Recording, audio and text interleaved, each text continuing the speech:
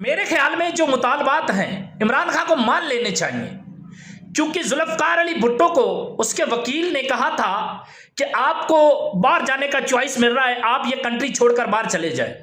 تو ذوالفقار علی بھٹو نے کہا تھا کہ میں عوام پر اتفاق کرتا ہوں، اگر مجھے جیل میں کچھ ہوا تو عوام چیر پھاڑ کے رکھ دے گی۔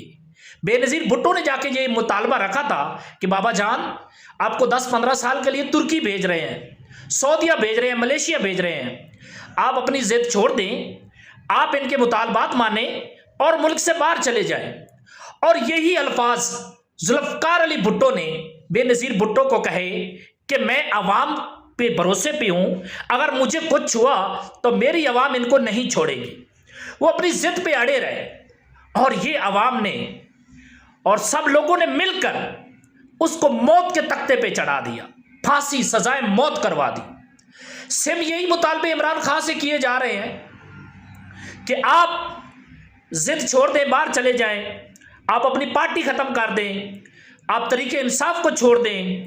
اور ہمارے مطالبات مانیں۔ اگر آپ پارٹی نہیں چھوڑنا چاہتے، آپ سیاست نہیں چھوڑنا چاہتے تو بنی گالا چلے جائیں، لیکن ہمیں کام کرنے دیں، بنی گالا میں خاموشی سے بیٹھ جائیں۔ لیکن عمران خان نے ان کے مطالبے نہیں مانے، بولا کہ میری عوام میرے ساتھ ہے،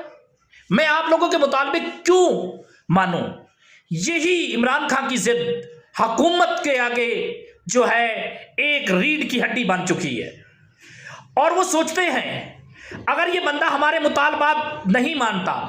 ہم اس کو بے گناہ جیل میں نہیں رکھا، تو اس کو سزا نہیں دی، اس کو سزائے موت نہیں دی، تو یہ بندہ ہمیں نہیں چھوڑے گا۔ اور یہ بات حقیقت ہے، اگر وہ بندہ ایک دن کے لیے باہر آ جائے، ایک دن کے لیے